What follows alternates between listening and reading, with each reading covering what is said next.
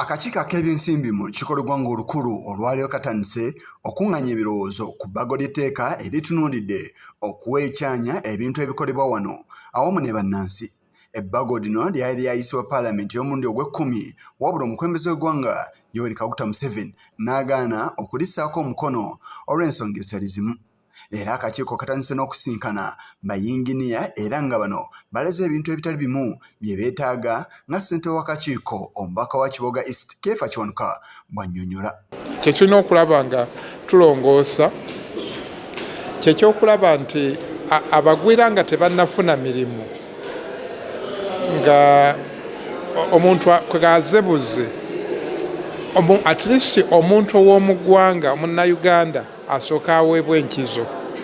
Tikiyinza okuba nga kirimu obuzibu naye tulina okulaba ngeri ki gye tuyinza okukikwatamu era bawadde ebirowoozo byabwe engeri gye kiyinza okukolebwamu. Mu buufu bwe bumu basinkana ebibiina by'obwannakyewa ebitali bimu nga mu bino mubaddemu ekivunaanyizibwa ku mbalirira y'ennyaffe Uganda ekya Civil Society Budget Advocacy Group Ebbago nga omukungu w'ekibiina kino Jeff Wandulu ategeeza nga bwe kitandibadde ky'amagezi ku nnyonnyola tteeka lino nti singa kikolebwa kyandikosa Uganda mu kaseera nga litandise okuluma. Tunuulira etteeka nga oli nywezeza nnyo, oli alina ssente ng'azireese naye nga obukwakulizo bw'oteekako nga bw'amaanyi nnyo nga tebusobola kukkiriza omuntu oyo either omusizi w'ensimbi oba atuwola okuba nga akola ki ng'atuwa ssente. Nze ne ndowooza nti tulina okuba nga tukola omuzungu kyayita win-win, nti mufo ky'okugamba nti exclude specifically for Ugandans oba services oba abakozi, tubeeremu ne kye bayita first call.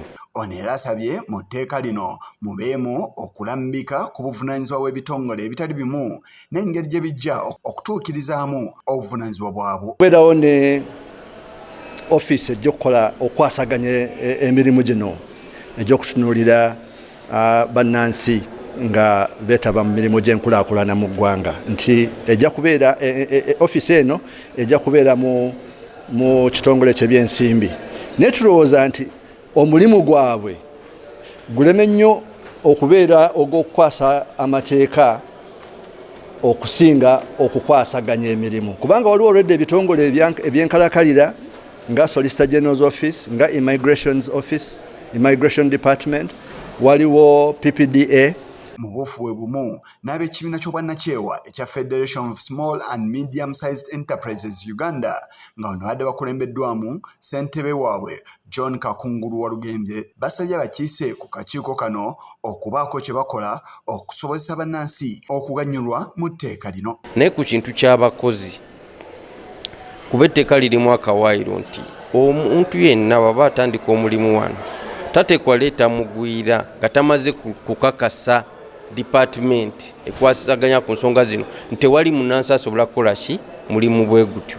Naye bwe kiba nti buli muntu ayagala ajja n'akola wano ate nga ffe tesobola genda mu nsi ndala ne tukola kyere kwega bannansi obo batadde mu kaseera akazibu. So ekyo ne tugamba ekyo eky'abakozi kisigale. Omu ku bakiise abatuula kakiiko kano omubaka Muhammad Mwanga Kivumbi akoonyeeko ku ebyo byalowooza nti bya nkizo era ebireeteddwa abalabiseeko olwaleero.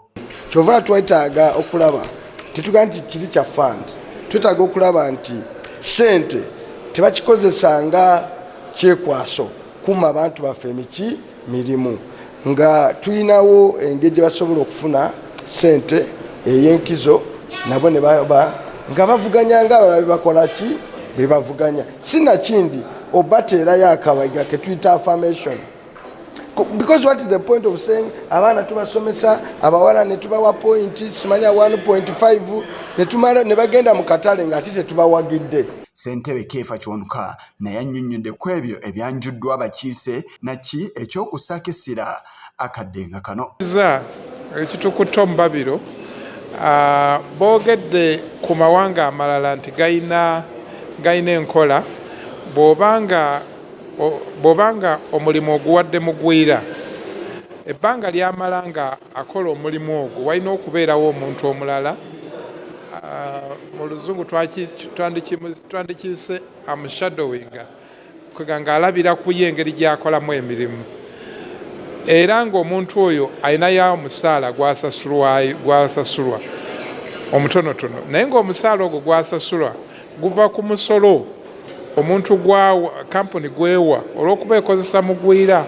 Akakiiko kano kakusinkana ebitongole ebiwerako omwo ne banki y'ensi yonna, minisitule y'ebyensimbi, ekitongole ekivunaanyizibwa kugula n'okutunda ebintu bya gavumenti n'ebintu ebirala. Yise Kigongo ku lwa Channel 44 Oliggulo.